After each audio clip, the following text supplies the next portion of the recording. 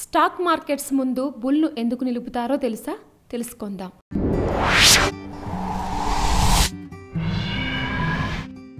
Stock market అనగానే మనలో చాలా మందికి గుర్తొచ్చే అంశం షేర్స్. ఒక్క రోజులో కోటీశ్వరులైన వారిని చూసి ఆనందించే లోపే భూమిలోతు అప్పుల్లో కూరుకుపోయిన వారిని చాలా మందినే మనం రోజు వివిధ మాధ్యమాల ద్వారా చూస్తూ ఉంటాం. సరైన ఆర్థిక జ్ఞానం, ప్రణాళిక సిద్ధాంతాల పట్ల ఆసక్తి లేకుండా షేర్స్ ను లాటరీ టికెట్స్ లాగా కొనుగోలు చేసి ఫేక్ బ్రోకర్స్ మాయలో పడి ఆస్తిపాస్తులు కోల్పోయి కుటుంబ సమేతంగా ఆత్మహత్యలు చేసుకున్న ఘటనలు మనం తరచూ చూసి బాధపడ్డవాళ్లమే.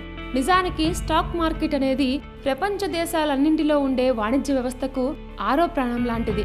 మనం నిత్యం వాడే పెట్రోల్, డీజిల్ మొదలుకొని ఖరీదైన రోల్స్ రాయిస్ కార్ల విలువ అమాంతం ఆకాశంలోకి వెళ్లాలన్నా లేదా అధఃపాతాళంలోకి చేరాలన్నా అది సాధ్యమయ్యేది స్టాక్ మార్కెట్ వల్లే. Shares, bonds, debentures, stock holdings, market capitalization లాంటి పెద్ద పెద్ద విషయాలు సామాన్యులకు అర్థం కావు గనుక వాటిని నియంత్రించే బాధ్యతను ఫైనాన్షియల్ డిస్ట్రిక్ట్స్ ఇంకా స్టాక్ ఎక్స్చేంజ్ వ్యవస్థలు చూసుకుంటున్నాయి. ఆ ప్రదేశాల్లో మనకు కనిపించే రాతి బొమ్మలే ఛార్జింగ్ బుల్స్. ఇవి సెల్ఫీ స్పాట్స్ గా కూడా చాలా ఫేమస్ అయ్యాయి. ఎన్నో జంతువులుండగా కేవలం బుల్స్ బొమ్మలను మాత్రమే అక్కడ ఎందుకు నిలుపుతారో ఇప్పుడు మనం తెలుసుకుందాం. ప్రపంచ ఆర్థిక సామర్థ్యాన్ని శాసించే న్యూయార్క్ స్టాక్ ఎక్స్చేంజ్ NYSE మొదలుకొని మన దేశం యొక్క ఫైనాన్షియల్ క్యాపిటల్ ముంబై నగరంలోని దలాల్ స్ట్రీట్లో ఉన్న బాంబే స్టాక్ ఎక్స్చేంజ్ BSE వరకు ఛార్జింగ్ బుల్స్ బొమ్మలను ఉంచడం ఒక ఆనవాయితీ.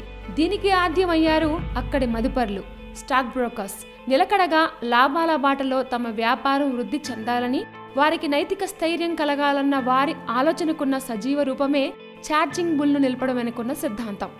అమెరికా ఆర్థిక వ్యవస్థను కుదిపేసిన ద బ్లాక్ మండేకు కారణమైన the great stock market crash of 1987 సమయంలో ఎన్నో వ్యాపారాలు దెబ్బతిన్నాయి. ఎంతో మంది ప్రజలు కోట్లు పోగొట్టుకున్నారు. ఇదంతా తమ వల్లే జరిగిందని బాధపడ్డ కొందరు మదుపరులు ఒక సిండికేట్ గా మారి మెన్హాటన్ వాల్ స్ట్రీట్ ప్రాంగణంలో బలానికి, ధైర్యానికి సూచికగా ఉండి చూడగానే కిక్కొచ్చేలా ఉండే ఒక విగ్రహాన్ని ప్రతిష్ఠించాలని నిర్ణయించారట. దీన్ని ఐడల్ ఐడియాలజీ అని కొందరు ఆర్థోడాక్స్ క్రిస్టియన్స్ ఇంకా ముస్లిమ్స్ ఈ విగ్రహ ప్రతిష్టను వ్యతిరేకించడంతో money is the real god అన్న నానుడితో బుల్ విగ్రహ స్థాపనను వ్యతిరేకించిన వారి నోటికి కళ్ళాలు వేయగలిగారు ఆ సిండికేట్ సభ్యులు. గ్రీన్ పాయింట్, బ్రుక్లైన్ లో ఉండే బేడీ మ్యాకీ ఆర్ట్ ఫౌండరీకి చెందిన ఆర్టిస్ట్ ఆర్థరో దిమోదికాకు సుమారు 1,80,00,000 చెల్లించి 3,600 కేజీల బరువు, 11 అడుగుల ఎత్తుతో ఉండే ఒక కాంస్య బుల్ను తయారు చేయించారు. దాన్నే నేటి వరకు ప్రపంచవ్యాప్తంగా charging bull of wall street అని పిలుస్తున్నారు. అది పెట్టిన వేళ విశేషమో లేక కోయిన్సిడెన్సో కానీ న్యూయార్క్ స్టాక్ ఎక్స్చేంజ్ పుంజుకోవడం మొదలుపెట్టి లాభాల బాట పట్టింది. తన కొమ్ములతో ప్రత్యర్థిపై దాడి చేసి విజయం సాధించే బుల్ తీరున తమ స్టాక్స్ కూడా ఎన్నో ఇబ్బందులను అధిగమించి లాభాల బాటలో పయనించడంతో ఈ బుల్ తమకు అచ్చొచ్చిందని మురిసిపోయారు వాల్ స్ట్రీట్ వాసులు. తమ ఐడల్ ఐడియాలజీ బంపర్ హిట్ అని ప్రచారం చేయడం వల్ల ఈ హిట్ సంస్కృతి ప్రపంచం మొత్తం పాకిపోయింది. అలా స్టాక్ ఎక్స్చేంజ్ వ్యవస్థకు జంతు దేవుడిగా మారిపోయింది బుల్. స్టాక్ ఎక్స్చేంజ్ పరిభాషలో బుల్ను లాభాల సూచికగా చూస్తే బేర్ను నష్టాల సూచికగా చూస్తారు. ప్రపంచ ఆర్థిక దిగ్గజాలైన అమెరికా, రష్యా, జర్మనీ ప్రాంతాల్లో బుల్ ఇంకా బేర్ బొమ్మలను పోరాడే భంగిమల్లో నిర్మిస్తారు. ఒక్కోసారి బుల్ తన గిట్టల కింద బేర్ను తొక్కుతున్నట్లుగా ఉండే రాతి విగ్రహాలను చూసి రెట్టింపు ఉత్సాహంతో షేర్స్ కొనుగోలు, అమ్మకం జరుగుతుంది అంటారు కొందరు మదుపరులు.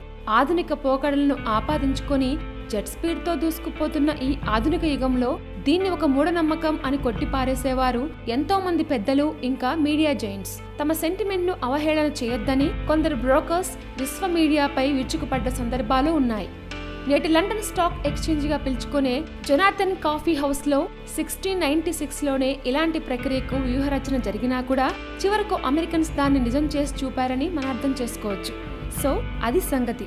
స్టాక్ మార్కెట్ ఎప్పుడు లాభాల బాటలో సాగిపోవాలని, స్టాక్ మార్కెట్ వ్యవహారాలు, క్రయ విక్రయాలు జోరందుకోవాలన్న పాజిటివ్ థాట్ కు సూచికగా టన్నుల బరువుండే ఛార్జింగ్ బుల్ ప్రతిమలను ఫినాన్షియల్ డిస్ట్రిక్ట్స్ ముందు నిలుపుతారన్నమాట. ఇంట్రెస్టింగ్ గా ఉంది కదూ. ఇలాంటి ఇంట్రెస్టింగ్ ఫ్యాక్ట్స్ కోసం మా ఛానల్ని సబ్స్క్రైబ్ చేసుకోండి.